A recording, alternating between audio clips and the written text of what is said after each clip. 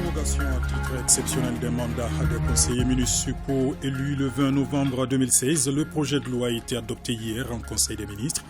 Colonel Abdoulaye Maïga, ministre en charge de la question, était face à la presse cet après-midi pour donner quelques éléments d'explication. Fin de formation pour les premiers 20 officiers stagiaires de l'école de guerre du Mali. Ils ont reçu aujourd'hui leurs insignes et attestations. L'événement a mobilisé autour du ministre de la Défense d'autres membres du gouvernement et plusieurs hauts gradés de l'armée. C'est parti pour le 7e congrès de médecine militaire au Mali. Les professionnels militaires de la santé échangent et partagent leurs expériences pour plus d'efficacité dans la prise en charge des patients.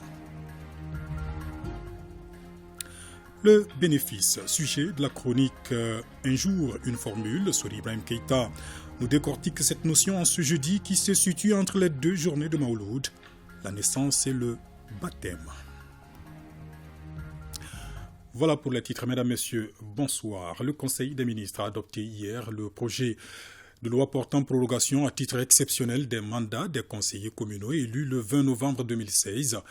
Pour donner quelques éléments d'explication sur ce projet de loi, le ministre de l'Administration territoriale et de la décentralisation, porte-parole du gouvernement, était face à la presse. Pour le colonel Abdoulaye Maïga, il s'agit d'assurer la stabilité en attendant l'adoption d'un nouveau texte régissant les collectivités. Le point avec Mamari Kone.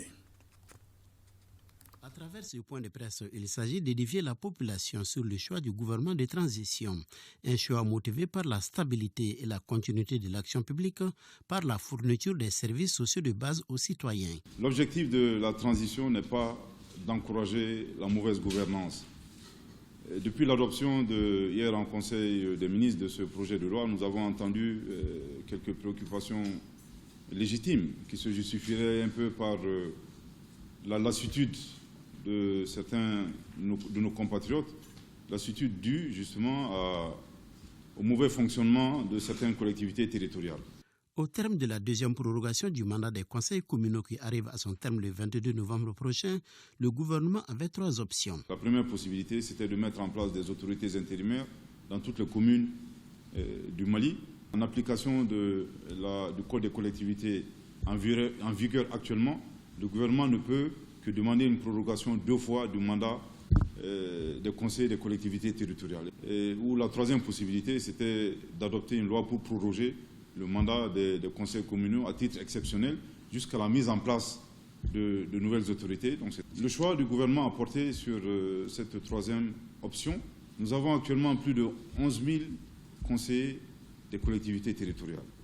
Donc vous voyez un peu tout le danger et le risque lié à un remplacement systématique de ces 11 000 conseillers par des autorités intérimaires. S'il faut identifier les personnes capables d'être autorités intérimaires à la suite d'enquêtes de moralité, ensuite il faut les installer, un processus de nomination qui peut être long. Et vous le savez, nous sommes dans une transition, nous avons un chronogramme à respecter. En vue de permettre la mise en place des délégations spéciales, le gouvernement de transition entend relire le Code des collectivités. Nous allons soumettre à l'approbation de son Excellence le colonel Assimi Goïta, président de la transition chef de l'État, de remplacer le dispositif des autorités intérimaires par le dispositif antérieur que nous avons, c'est le dispositif des délégations spéciales. Mais là encore, notre but n'est pas de remplacer systématiquement les 11 000 conseillers par des délégations spéciales. L'objectif pour nous, c'est de remplacer systématiquement les collectivités territoriales qui ne fonctionneraient pas et de les remplacer par des délégations spéciales. En conclusion, dira le porte-parole du gouvernement, l'objectif des autorités de la transition n'est pas de donner un blanc-seing aux collectivités qui ne marchent pas. Restons avec le ministre de l'Administration territoriale et de la décentralisation qui a rencontré également les partis politiques au centre des échanges, les préoccupations relatives au vote des Maliens déplacés et réfugiés. Autre sujet abordé, la relation entre l'EJ et le comité de pilotage. Le point avec Al-Husseini Touré. Cette rencontre entre le département en charge de l'administration territoriale et les partis politiques vise essentiellement à trouver une solution consensuelle à la problématique du vote des Maliens déplacés et réfugiés. Le Premier ministre par intérim qui présidait personnellement les débats a insisté sur le caractère inclusif de sa démarche. Si le vote de nos compatriotes réfugiés trouve une solution dans notre législation, il n'en est pas le cas pour celui des personnes déplacées internes, car aucune disposition de la loi électorale ne se penche sur le vote des personnes déplacées. Si aucune solution n'est trouvée à cette situation, bon nombre de personnes déplacées et des réfugiés ne pourront accomplir leurs devoirs citoyens lors des scrutins décisifs à venir. C'est pourquoi le ministère de l'Administration territoriale et de la décentralisation a souhaité organiser cette rencontre avec la classe politique pour recueillir vos propositions en vue d'apporter des solutions au vote de nos compatriotes déplacés essentiellement. Il y va de l'inclusivité du processus électoral, si cher à son Excellence le colonel Assimi Goïta, président de la transition, chef de l'État. Ainsi, il sera requis de votre part de faire des échanges fructueux, assortis de propositions et de recommandations précieuses pour trouver des solutions pratiques à la question du vote des personnes déplacées internes, qui constitue une frange très importante des électeurs. Les débats ont été riches et fructueux et ont permis aux responsables des partis politiques de faire des propositions dans le sens de trouver une solution à cette difficulté qui concerne plus de 300 000 Maliens. Nous pensons grosso modo qu'effectivement, s'il y a la possibilité de recenser les déplacés dans les communes où ils se trouvent, il faut le faire. C'est des Maliens, ils sont au Mali. Mais maintenant, il faut tenir compte du fait qu'on les recense là où ils sont arrivés, mais leur commune de départ, il faut les rayer de cette liste temporairement. Et concernant les réfugiés, si on ne peut pas les retrouver sur les listes déjà au niveau des pays d'accueil, mais il faut mettre à contribution la diaspora et nos missions diplomatiques. Les participants ont également évoqué d'autres sujets, notamment liés au fonctionnement de l'EIGE, l'aide publique aux partis politiques et surtout aux relations entre le comité de pilotage et l'EIGE. Le comité de pilotage est un outil qui permet au gouvernement d'appuyer et d'aider l'EIGE dans ses missions. Le Premier ministre par intérim a conclu par une promesse, celle de revenir avec une solution technique issue des différentes propositions.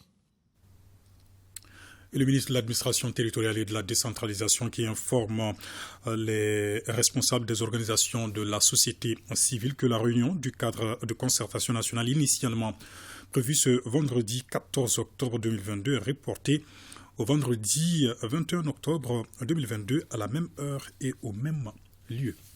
Fin de formation pour les premiers 20 officiers stagiaires de l'école de guerre du Mali. Une année académique sanctionnée par la remise d'insignes et de diplômes de fin de formation à cette première promotion. L'événement, présidé par le colonel Sadio Kamara, ministre de la Défense et des anciens combattants, a mobilisé autour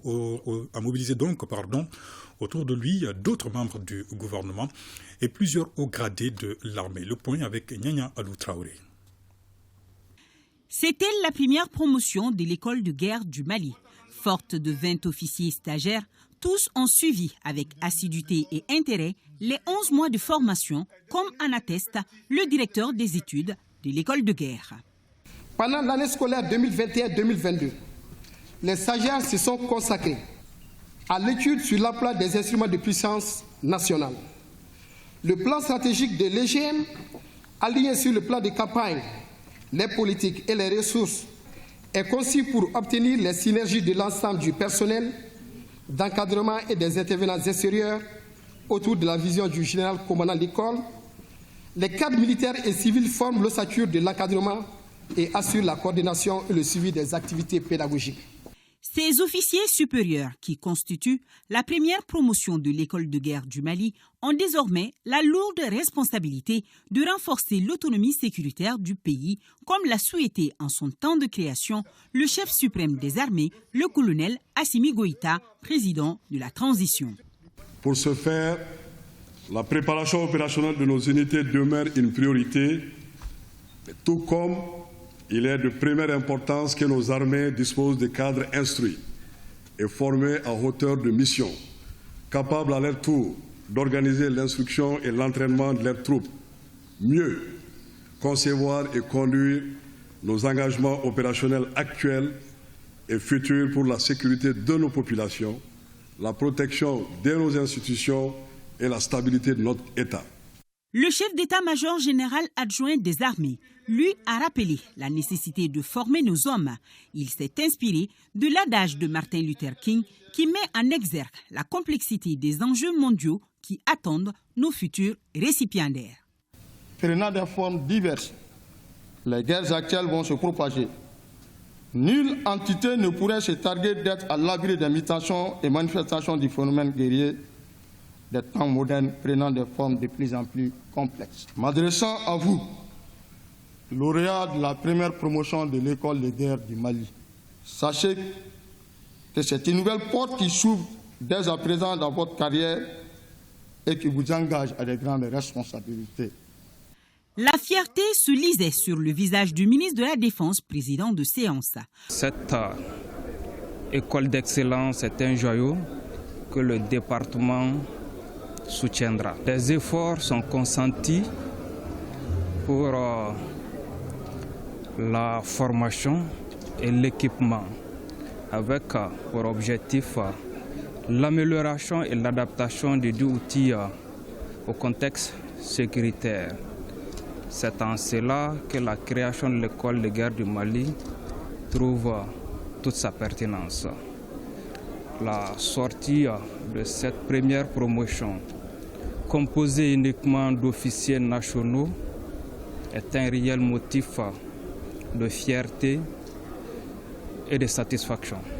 Les 20 officiers sont détenteurs d'un brevet d'enseignement militaire supérieur de 2e degré et des masters en stratégie défense, sécurité et développement. Ils sont conscients de leur rôle de précurseur et conseillent les futurs stagiaires. Nous avons vraiment pris conscience de l'enjeu et de la responsabilité qui nous attend. Donc nous sommes vraiment déterminés de faire valoir ce que nous avons appris dans cette école, dans la vie pratique et dans la réalité.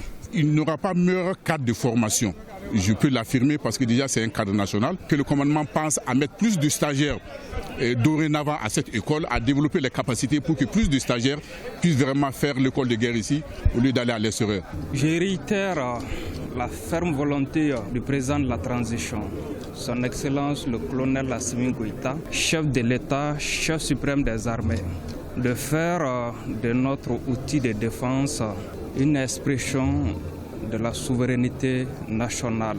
Et je demande à tous les Maliens de soutenir cette école pour que nous puissions avoir des cadres formés à notre image. L'école de guerre a débuté ses cours le 29 novembre 2021. Elle est l'émanation d'une volonté politique des autorités de la transition. Ouverture du 7e congrès de médecine militaire du Mali. Les professionnels militaires de la santé échangent et partagent leurs expériences pour plus d'efficacité dans la prise en charge des patients. La rencontre dure 3 jours. Ariyou Matina. Les médecins militaires, outre la prise en charge des militaires blessés sur le théâtre d'opération, jouent aussi d'autres rôles, surtout dans le cadre des actions civilo-militaires. Ce rendez-vous des professionnels militaires de la santé, qui se tient depuis 2014, offre l'opportunité aux participants de discuter et de réfléchir sur les voies et moyens pour soulager les personnes atteintes de maladies. La médecine militaire est à la croisée des chemins. Nous devons être fiers, car de l'indépendance en nos jours, que de progrès. Il y avait peu de médecins et d'infirmiers, il y en a actuellement des centaines. Il y avait peu de centres de soins et de diagnostic, on ne peut les dénombrer actuellement. Et surtout aux nouvelles autorités qui ont fait de leur priorité le développement de la santé militaire par la pose de la première pierre du futur hôpital d'instruction des armées. Cette 7e édition innove avec la mise en place de 3 prix pour distinguer les plus méritants.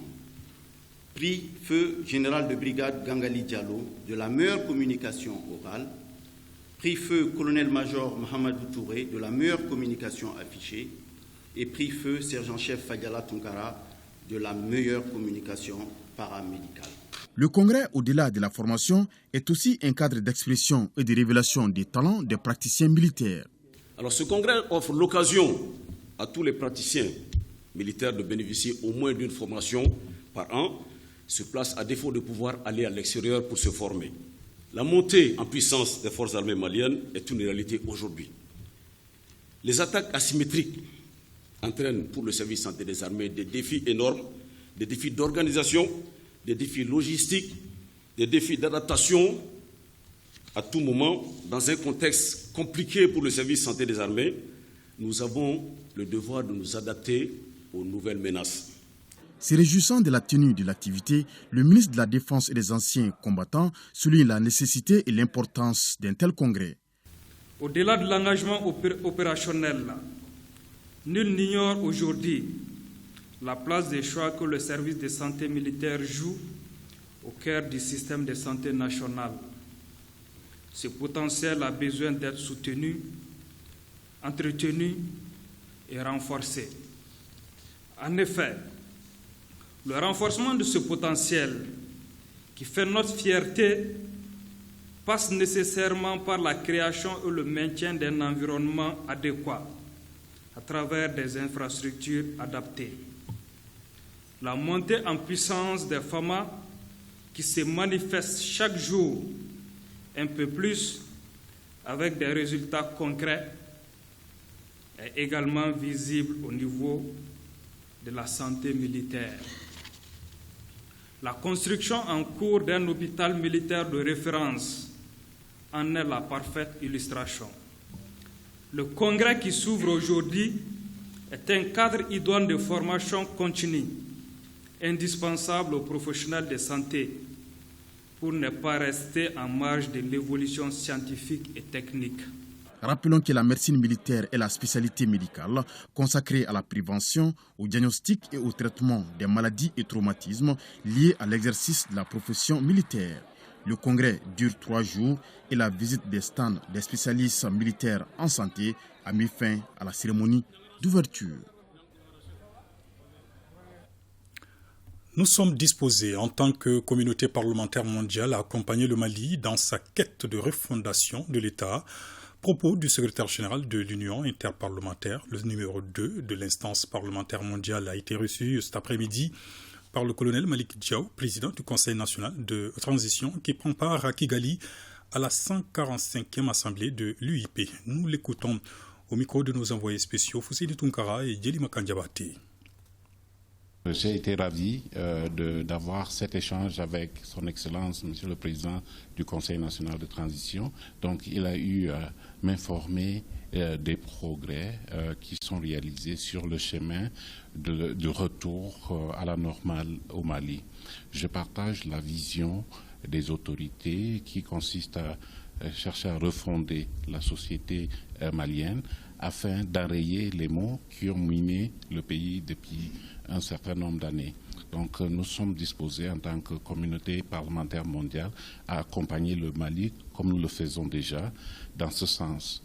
Et j'ai été rassuré des propos tenus par le président du Conseil national de transition quant au respect du chronogramme qui a été mis en place et je crois accepté par le peuple malien pour un retour à la normale. Et c'est pour cela que j'ai accueilli avec, je dirais, satisfaction le fait qu'il y ait un avant-projet de constitution qui a été mis en place et que les organes chargés de la gestion des élections sont déjà mis sur pied.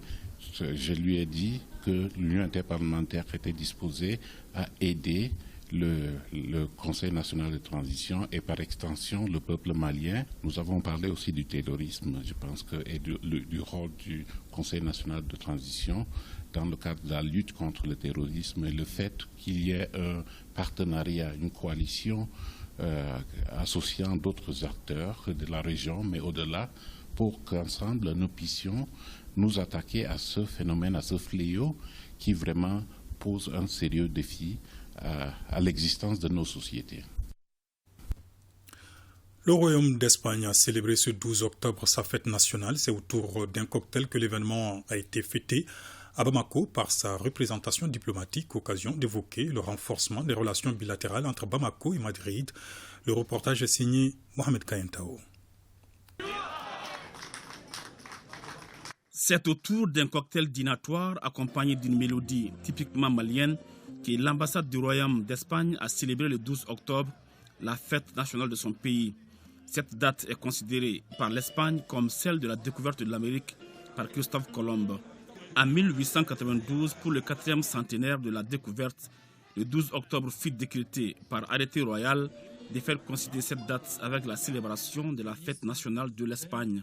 Nous sommes désireux d'avoir plus de Maliens et de Burkinabés sur notre territoire. Nous en avons besoin pour des raisons démographiques et parce que nous croyons au métissage. Et nous le voulions car ils sont des gens comme nous. Ce sont des gens pacifiques, acharnés au travail, respectueux.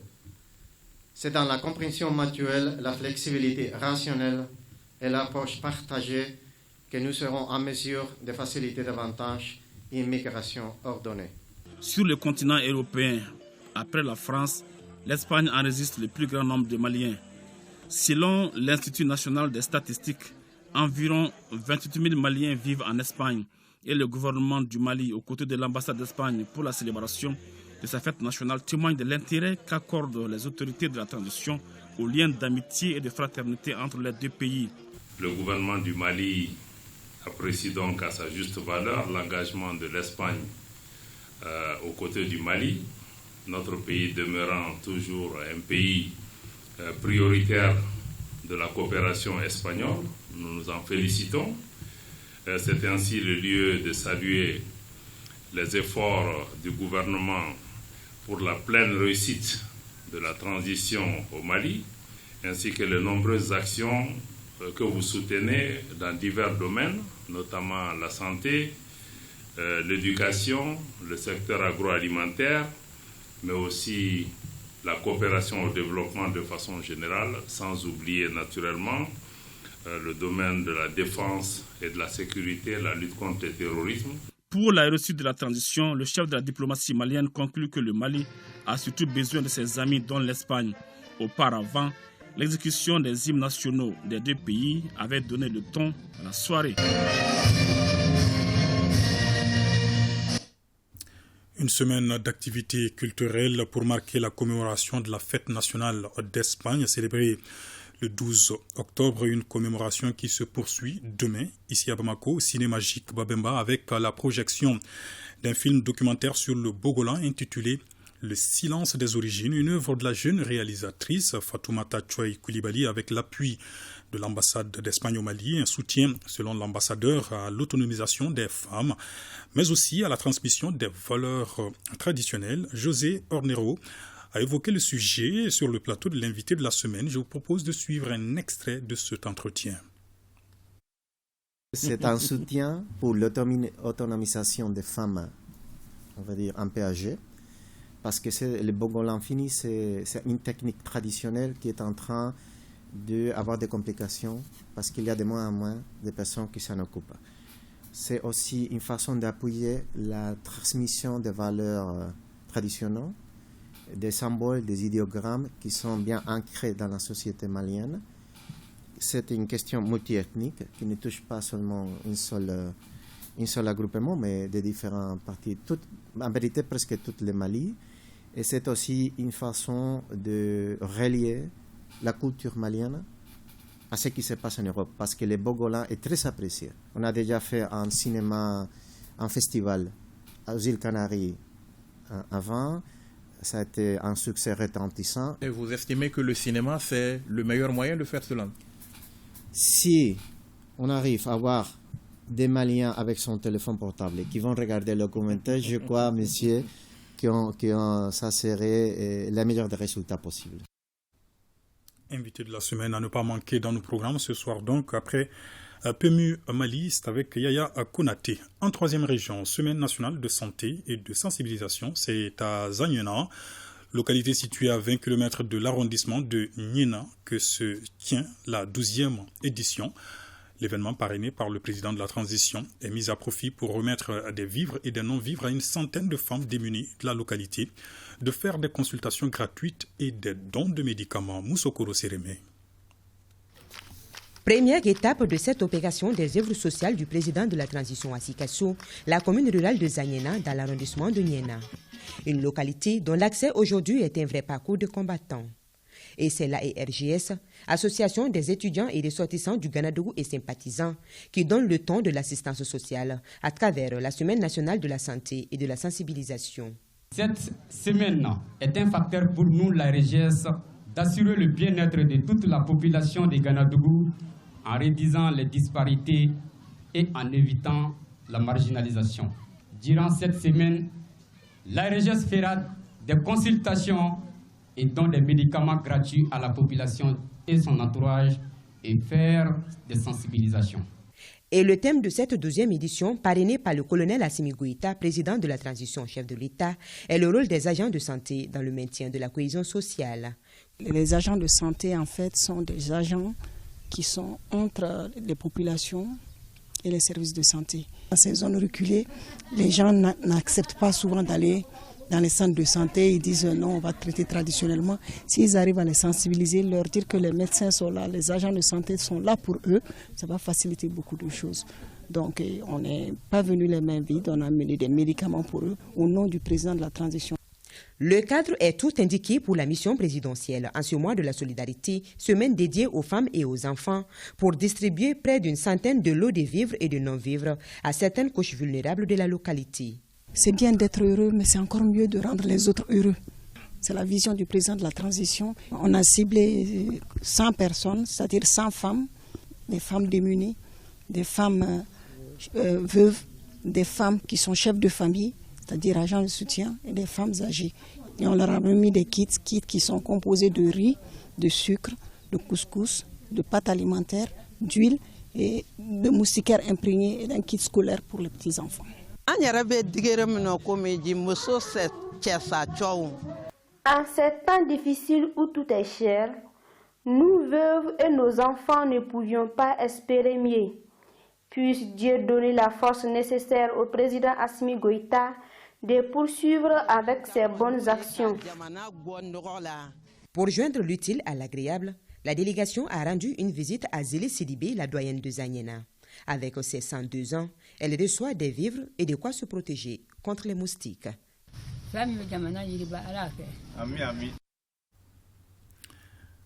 La distribution et la gestion de l'engrais au centre d'une rencontre ce matin entre le ministre du Développement rural et l'ensemble des directeurs régionaux de l'agriculture et des offices des échanges. Il ressort que le gouvernement a subventionné plus de 129 000 tonnes d'intrants et plus de 96 000 tonnes sont déjà distribuées.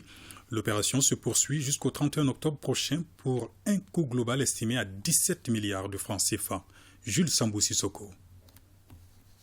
La question des intrants agricoles est un sujet sensible pour le gouvernement et l'ensemble des acteurs du monde rural dans la transparence absolue. Voilà qui justifie cette rencontre entre le ministre du Développement rural et les directeurs régionaux de l'agriculture et des offices sur la distribution et la mise en place de l'engrais pour la campagne agricole 2022. J'ai pris l'engagement devant les hautes autorités de mettre tout en œuvre pour la réussite de l'opération. Et je dis que si l'opération réussit, j'en suis responsable, et si l'opération ne réussit pas, j'en suis responsable.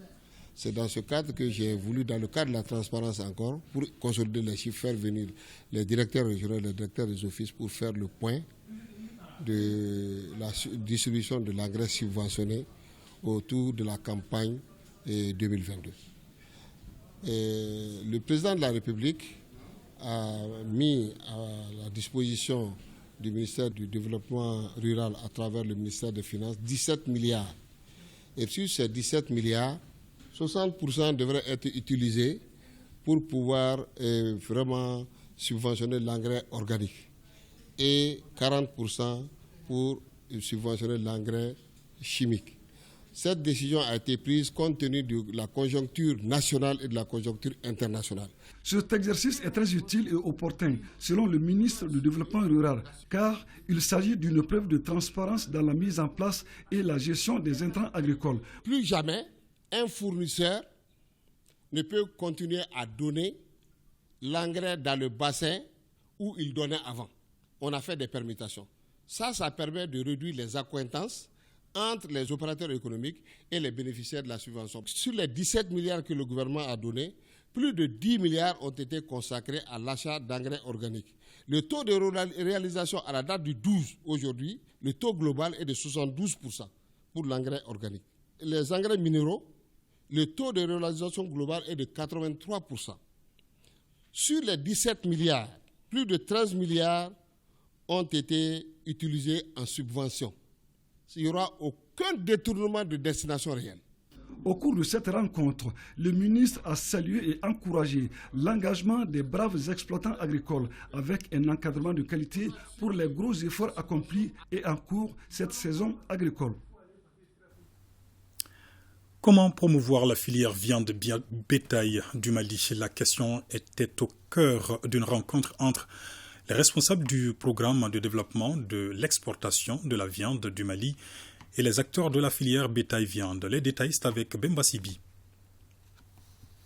La filière viande-bétail, qui représente 15% du produit intérieur brut et 80% des revenus des zones agropastorales, est au cœur de la stratégie de développement des autorités. Et l'une des composantes de cette stratégie est pilotée par le programme de développement à l'exportation de la viande du Mali, Prodevim. L'objectif global du programme est de mettre en valeur le potentiel du cheptel malien tout en renforçant les capacités des organisations d'éleveurs, en développant la production, en améliorant la santé animale, en mettant en place un système de traçabilité et en développant la transformation du bétail en viande à faire du Mali un pays exportateur de la viande rouge de qualité dans un horizon à moyen court terme.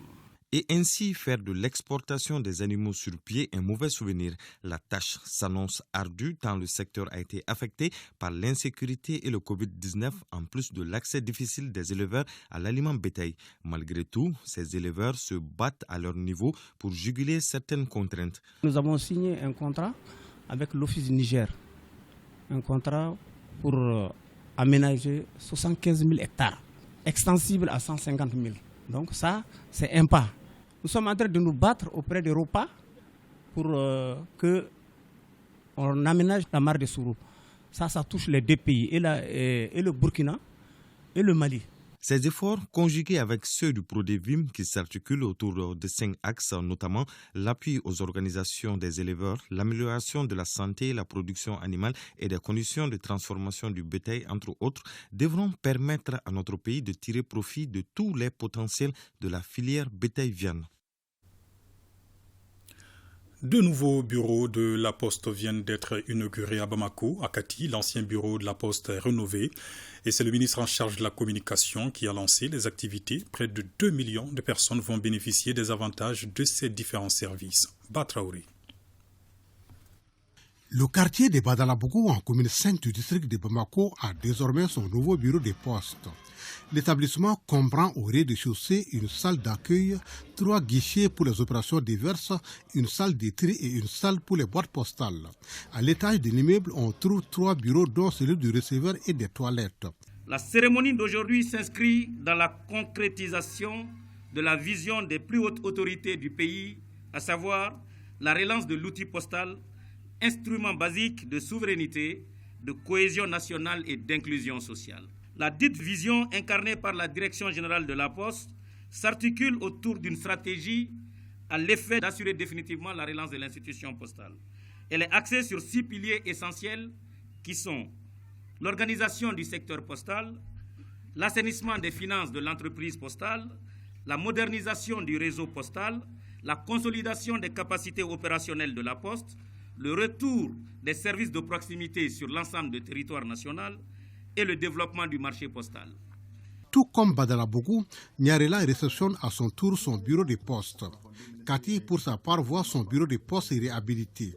Ces actions s'inscrivent dans le cadre de la Journée mondiale des postes, célébrée le 9 octobre de chaque année. Nous nous inscrivons, au nom de l'État du Mali, dans la dynamique de la relance de la Poste, prônée par les plus hautes autorités de notre pays. La politique du secteur postal, axée sur la rénovation en profondeur de l'entité Poste et de ses outils d'intervention, vise à faire de la Poste un secteur de développement et un pôle de croissance conformément à la vision du président de la transition, son Excellence le colonel Assimi Goïta. Ces joyeux architecturaux de Badalabougou, plus tard de Nyarela et de Kati, sont une composante du projet de relance de la Poste. Donc c'est le début d'un commencement de la réalisation des grands projets que le gouvernement pense pouvoir mettre en place avant la fin de la transition et qui concernera des millions de Maliens, dont plus de la moitié de la population de Bamako serait intéressée par la promotion de ces projets. Et le ministre Aruna Mamadou Touré d'inviter les bénéficiaires à prendre soin de ces joyaux. À Mopti, le directeur général de l'ORTM visite la station régionale et échange avec le personnel. Occasion pour Hassan Baba Diombele de s'enquérir des conditions de travail de la station. Des contrats de partenariat gagnant-gagnant avec les collectivités et ONG intervenant dans la région sont aussi évoqués. Le point avec Daouda Diakité. À l'instar de plusieurs autres régions, Mopti vient de recevoir la visite du directeur général de l'ORTM, accompagné de ses proches collaborateurs et du secrétaire général du comité syndical. Et les visiteurs de motiver le sens de ces déplacements. L'objectif, c'est de voir un peu comment les stations régionales ORTM se portent.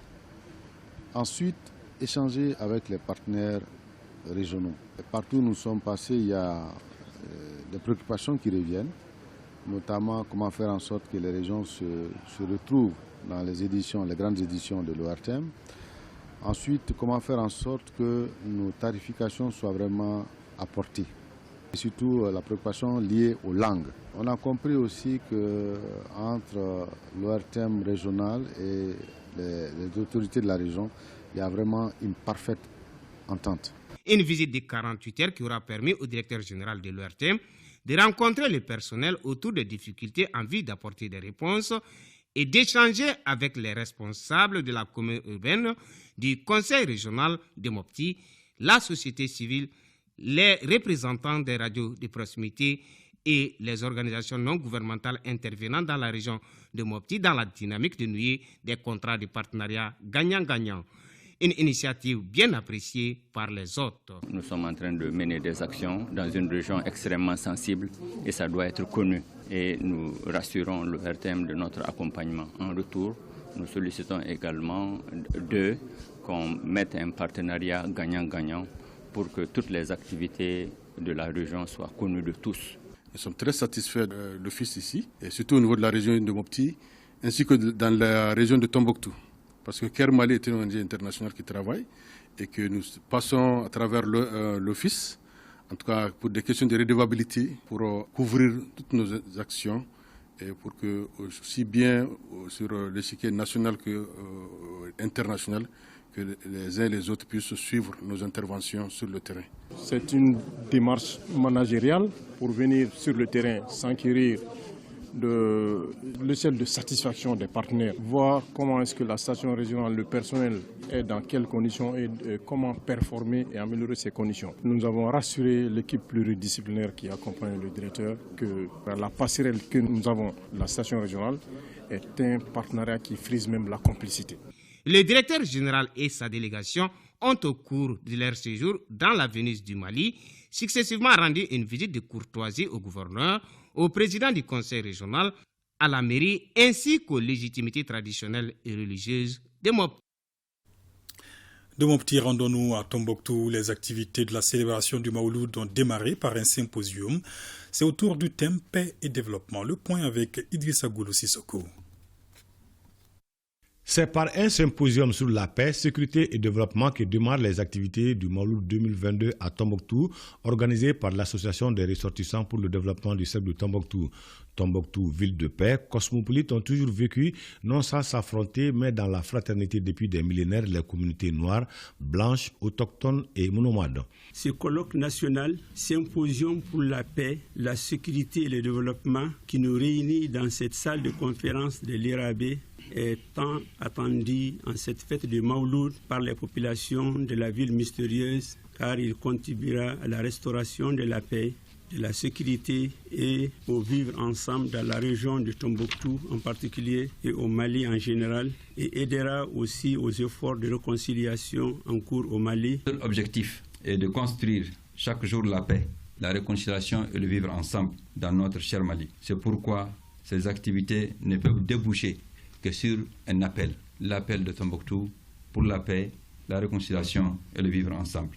L'objectif de ces journées d'échange est de contribuer aux efforts de réconciliation en cours au Mali afin de faciliter la coexistence, la paix et la concorde nationale. C'est pourquoi, à l'ouverture du symposium, le ministre des Affaires religieuses, du culte et des coutumes dira que Tombouctou mérite d'être la capitale des activités religieuses du Mali. Grâce à la bénédiction et à la prière exaucée de tous les Maliens, le président de la transition, le colonel Assimi Goïta, a eu la sagesse de nous envoyer faire le Mawlud ici à Tombouctou qui mérite tant fois le Mawlud.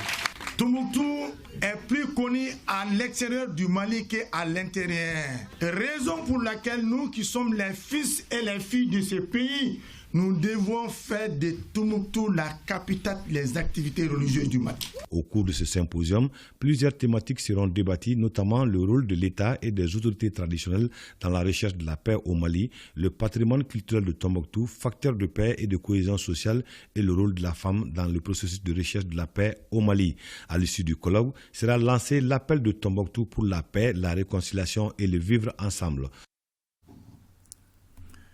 Et la chronique Un jour, une formule de ce jeudi qui se situe entre les deux journées de Mawlud, à savoir la naissance et le baptême, et du coup se consacre à deux notions très chères à l'islam, le bénéfice qu'il autorise et l'usage ou l'intérêt qu'il récuse. Pourtant, de nombreux fidèles confondent les deux concepts ou ferment allègrement les yeux sur les nuances pour ne pas en respecter l'usage. Suri Ibrahima Keïta. Pour la plupart de nos concitoyens ou co-religionnaires, usure, prêt et bénéfice, c'est blanc bonnet, bonnet blanc. Et pourtant, c'est plus compliqué que ça. Les bénéfices, ça c'est les profits réalisés d'une activité économique, alors que l'intérêt, c'est les profits réalisés d'un contrat de prêt. L'usure, en arabe, c'est le riba. Le riba, c'est quoi encore? Ça, c'est l'intérêt usuraire. L'argent qu'on gagne sur le capital. De façon classique, il y a différence entre intérêt et usure. Il y a intérêt quand le profit est moins élevé et usure quand il s'avère trop élevé. Mais en islam, usure, c'est toute augmentation, tout prélèvement sur le prêt, peu importe le pourcentage, 1, 2, 6 ou 99%. En français facile, le bénéfice, c'est le profit réalisé d'une activité économique, alors que l'intérêt, plutôt le profit réalisé d'un contrat de prêt. L'islam accepte le commerce, parce qu'Allah a rendu licite le commerce. Parce que pourquoi? Parce que le commerce, c'est une activité légale que Allah a permis aux hommes d'exercer pour avoir leur survie dedans. Mais en islam, intérêt ou usure, c'est toute augmentation sur les prêts.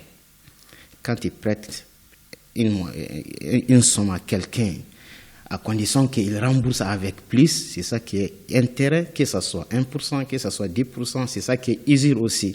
Et c'est ça qui est interdit en islam. Le compte sans intérêt, l'islam est parfaitement d'accord avec ça.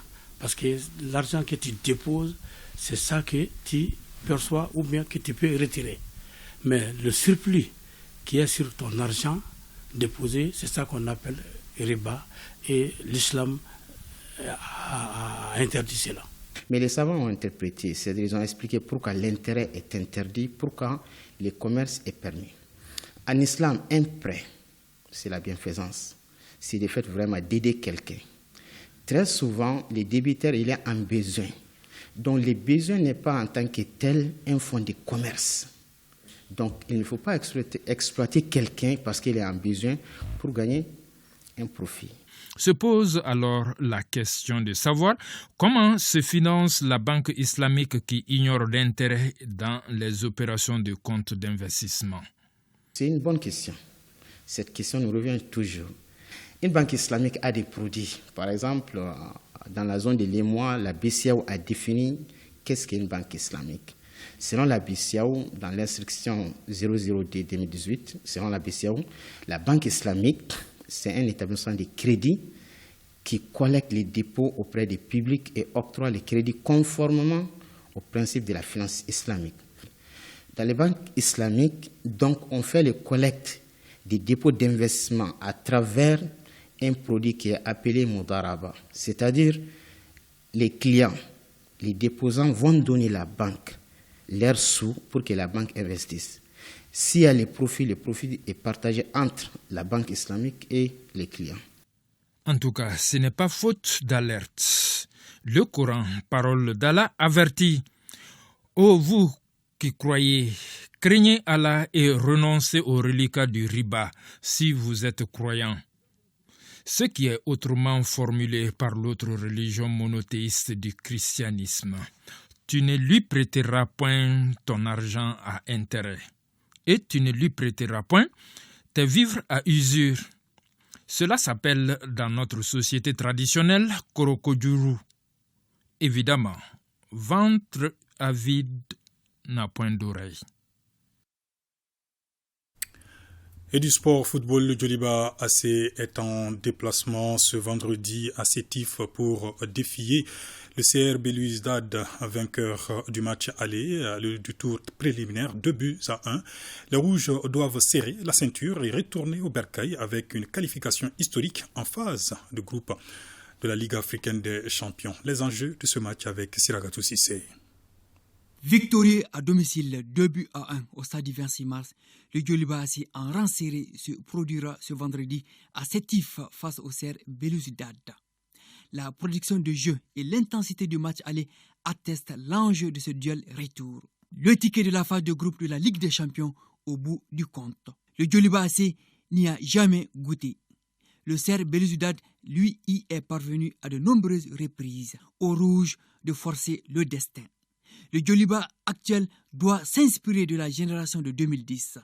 Cette année-là, les Rouges avaient tenu en échec les Algériens au match retour, un but partout, synonyme de qualification pour la phase de groupe de la Coupe de la Confédération. Le Djoliba peut réaliser son rêve, celui de disputer pour la première fois de son histoire la phase de groupe de la Ligue des Champions. CR Belouizdad Djoliba AC, coup d'envoi 18h30 sous les ordres d'un quatuor d'arbitres tunisien. Et le point Covid du jour avant de boucler cette édition ce jeudi. Les services de santé ont enregistré 3 cas positifs sur 375 tests réalisés. L'on note 2 patients guéris et pas de décès à ce jour. 31 patients sont placés sous traitement. Et je rappelle ce communiqué maintenant du ministre de l'Administration territoriale et de la décentralisation, porte-parole du gouvernement, qui informe les responsables des organisations de la société civile que la réunion du cadre de concertation nationale initialement prévue ce vendredi 14 octobre 2022 est reportée au vendredi 21 octobre 2022 à la même heure et au même lieu. Et c'est ce qui met fin à ce journal. Merci de l'avoir suivi et clin d'œil à nos téléspectateurs de Berlin, Montréal et Moscou. Bonsoir.